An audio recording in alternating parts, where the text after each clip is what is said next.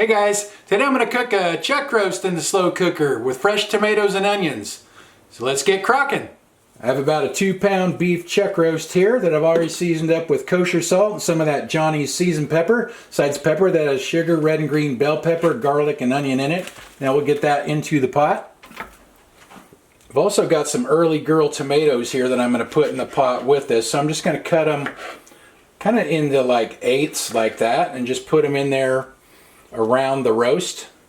I used 8 of those tomatoes and also half of a red and half of a yellow onion. So as it cooks, the juice will cook out of those and kind of blend in with the beef juice and make a nice broth. It'll be good. I've done this before. And I'm going to cook this on low and I'll let you guys know how long it takes.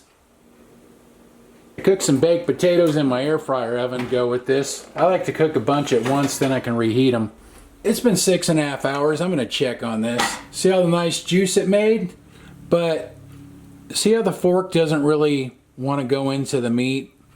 It's not really very tender yet. The fork should just slide in there real easy when it's more tender. So I'm going to let that cook a while longer. It's been 8 hours. Let's check it again. That's a lot more tender now. See how the fork just goes right in it?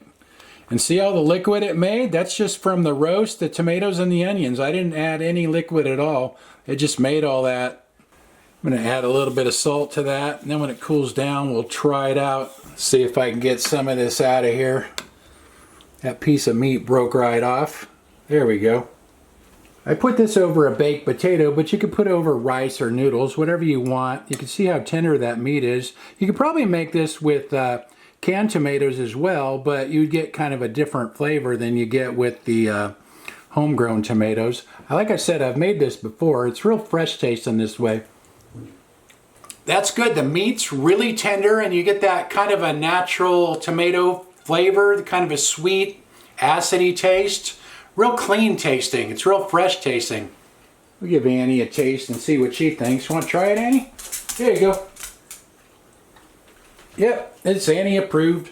I had a pretty good crop of tomatoes this year, so it's fun to experiment with stuff like that. But I kept the seasonings pretty basic because I wanted to taste the tomatoes, so I didn't really add much seasoning to it. You could probably do that, like I said, with canned tomatoes if you wanted to, and you could add more seasonings if you like. Anyway, I'll write everything in the description like usual.